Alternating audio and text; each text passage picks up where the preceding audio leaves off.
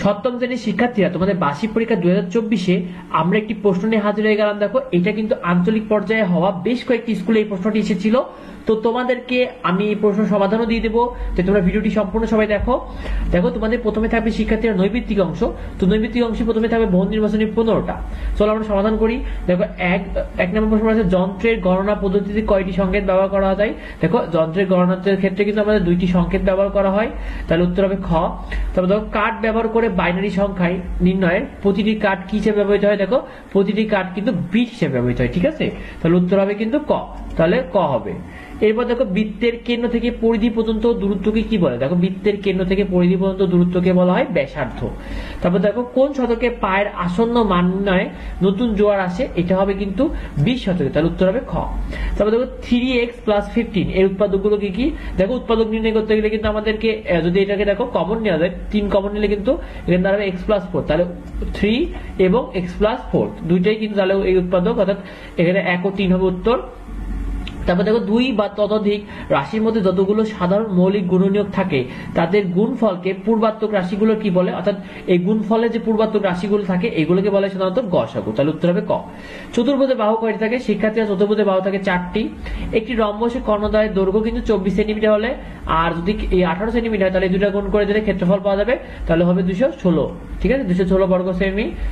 তারপরে দেখো, শিক্ষার্থীরা, একটি ঘনকের সম্পূর্ণ তলের ক্ষেত্র 96 বর্গমিটার হলে এর কর্ণের দৈর্ঘ্য কত? দেখো, কর্ণের দৈর্ঘ্য হবে 4√2, ঠিক আছে? তোমরা সূত্র বসিয়ে ফেলবে, তাহলে উত্তরটি পেয়ে যাবে। তবে দেখো শিক্ষার্থীরা, তারপর দেখো, টাজিং ডং পাহাড়ের উচ্চতা 1280 মিটার, যা কেওকারডং পাহাড়ের উচ্চতা অপেক্ষায় 295 মিটার বেশি। তাহলে কেওকারাডং পাহাড়ের উচ্চতা x মিটার হলে প্রদত্ত সমস্যাটি সমীকরণ কিভাবে নির্ণয় করো? দেখো, প্রদত্ত সমীকরণটি আমরা নির্ণয় করি। প্রদত্ত সমীকরণ নির্ণয় করার ক্ষেত্রে আমাদের x + 50, অর্থাৎ এই যেহেতু এসে বেশি সেহেতু x + 295 সমান কিন্তু এই পাহাড়ের উচ্চতা। আবার আর লিখতে পারো, দেখো এটাকে, দেখো এইটাকে যদি বাইরে যায় তাহলে মাইনাস হয়ে যায়, তাহলে x = 1280 - 295, তাহলে কিন্তু এই দুটাই সঠিক। কিন্তু এইটা কিন্তু x + 1280 = 295, এটা কিন্তু সঠিক নয়, তাহলে উত্তর হবে ক। তাহলে দেখো, কেওকারাডং পাহাড়ের উচ্চতা কত সেন্টিমিটার? এটা তোমরা যদি বিয়োগ করে দাও তাহলে কিন্তু মানটা বেড়ে যাচ্ছে। শিক্ষার্থীরা, বিয়োগ করলে দেখো মানটা কত আসে, এটা থেকে এটা বিয়োগ করে দিলে দেখো 85 হচ্ছে, তাহলে 985। তারপর দেখো 12 নম্বর আছে 4y - 3y = 9, এই সমীকরণে আদর্শ রূপ কি? দেখো এটার আদর্শ রূপ হবে কোনটা? এটার আদর্শ রূপ হবে হলো 3y, অর্থাৎ 3y² - 4y + 9 = 0, অর্থাৎ মিডিল টার্ম যেটা বলে। তারপর দেখো, শিক্ষার্থীরা, বাংলাদেশের পদ্মা সেতুর দৈর্ঘ্য 6.5 মিটার হলে কোন ধরনের তথ্য? এটা কি ধরনের তথ্য? এটা কিন্তু একটি বিচ্ছিন্ন তথ্য, তাহলে উত্তর হবে খ। অবিচ্ছিন্ন তথ্য সর্বদা কেমন হয়ে থাকে? শিক্ষার্থীরা, অবিচ্ছিন্ন তথ্য সর্বদা কি হয়ে থাকে? পূর্ণ সংখ্যা বা ভগ্নাংশ উভয় হতে পারে, তাহলে উত্তর হবে খ। এরপর দেখো, শিক্ষার্থীরা, আয়তলেখ স্তম্ভলেখের উচ্চতা বা দৈর্ঘ্য কি নির্দেশ করে? দেখো, উচ্চতা ও দৈর্ঘ্য নির্দেশ করে কি? গণসংখ্যা নির্দেশ করে, তাহলে উত্তর হবে খ। এরপর তোমাদের এক কথায় প্রকাশ থাকবে 10টি, তো প্রতিটি 1 মার্ক করে। দেখো, কাঠ সংখ্যা 5 হলে সর্বোচ্চ কোন দশমিক সংখ্যা তৈরি করা সম্ভব? দেখো, কাঠের সংখ্যা 5 হলে সর্বোচ্চ কিন্তু 31, ঠিক আছে? 31 দশমিক সংখ্যা তৈরি করা সম্ভব। বৃত্তের উপরস্থ কোনো বিন্দু যে বিন্দু হতে সমদূরবর্তী তাকে কি বলে? দেখো, তাকে বলা হয় বৃত্তের কেন্দ্র। শিক্ষার্থীরা, তারপর দেখো, পাই দিবস কত সালে পালন করা হয়? পাই দিবস পালন করা হয় কিন্তু 14ই মার্চ। এরপরে দেখো তোমাদের আয়তক্ষেত্রের প্রস্থ 4xy একক এবং ক্ষেত্রফল 4xy³ হলে বর্গ এককের দৈর্ঘ্য কত? দেখো, এটা দৈর্ঘ্য গুণ প্রস্থ যে সূত্রটি ছিল, দেখো দৈর্ঘ্য কিন্তু 3y² একক। তবে দেখো, একটি সমান্তরিকের দুটি সন্নিহিত বাহুর দৈর্ঘ্য 7 সেন্টিমিটার ও 5 সেন্টিমিটার হলে পরিসীমা অর্ধেক কত? দেখো, পরিসীমার অর্ধেক কত? এই অর্ধেক কিন্তু 12 সেন্টিমিটার।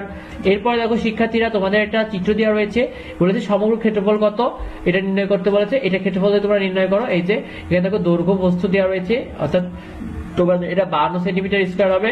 তারপর দেখো, একটি ঝুড়িতে আম ও লিচু আছে 60টি, এর মধ্যে আম আছে 36টি, লিচু কত? দেখো, লিচু কিন্তু বিয়োগ করে দিলেই পেয়ে যাবে, অর্থাৎ বিয়োগ করে দিলে দেখো 24টি হবে উত্তর।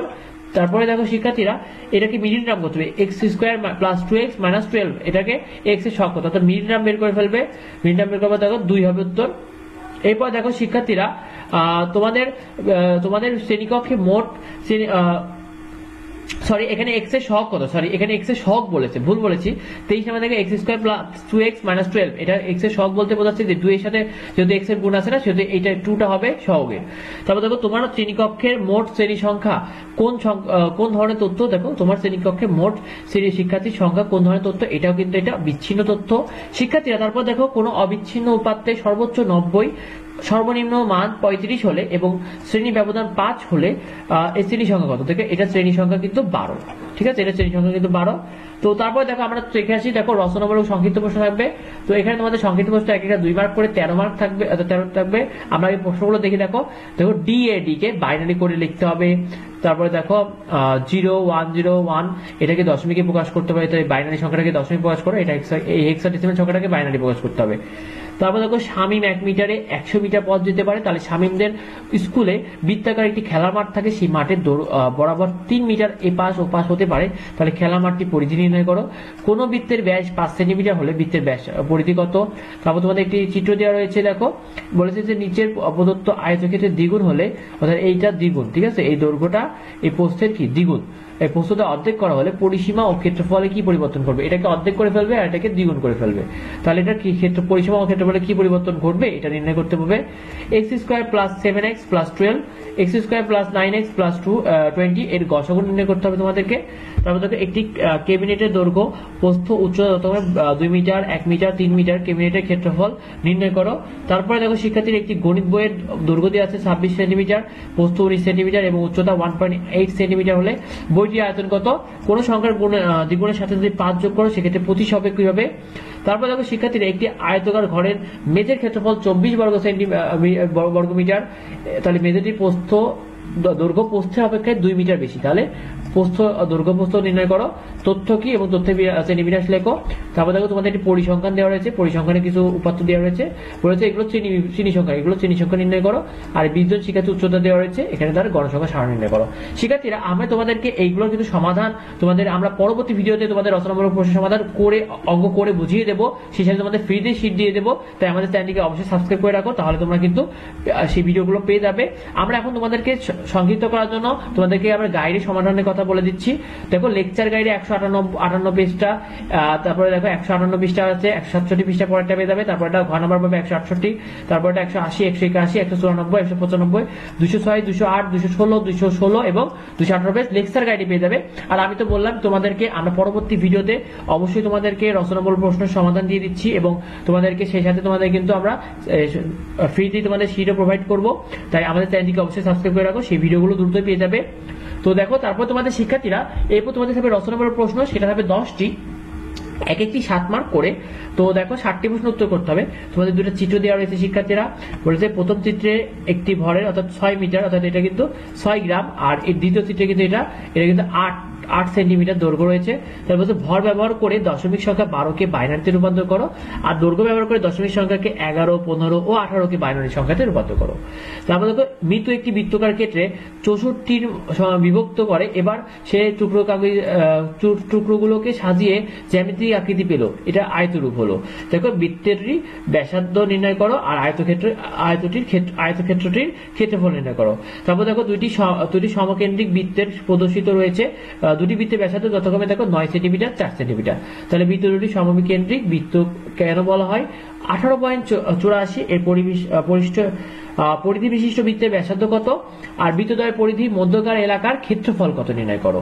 তারপর দেখো শিক্ষার্থীরা সমীকরণ দেওয়া রয়েছে 3টি, x square plus 5x plus 16, x cube plus 6 square plus 8x, আর দেখো x পাওয়ার 4, 5x কিউব এবং 14x স্কয়ার। বলতে সাধারণ গুণনীয়ক বলতে কি বোঝো, প্রথম রাশির গসাগু নির্ণয় করো, 3টি রাশির লসাগু নির্ণয় করো। শিক্ষার্থীরা এরপর তোমাদের একটি উদ্দীপক দেওয়া রয়েছে, দেখো আয়তকার বাগানের দৈর্ঘ্য 50 মিটার, প্রস্থ 30 মিটার হলে বাগানের ভেতরে চারিদিকে 3 মিটার চওড়া রাস্তা আছে, তার রাস্তা বাদে পরিসীমার বেড়া দিতে 30 টাকা খরচ হবে। তাহলে বলেছে তোমাদের রাস্তা, তাহলে দেখো বলেছে যে তোমাদের রাস্তার ক্ষেত্রফল নির্ণয় করো, আর রাস্তা বাদে পরিসীমার বেড়া দিতে খরচ কত হবে তা নির্ণয় করো।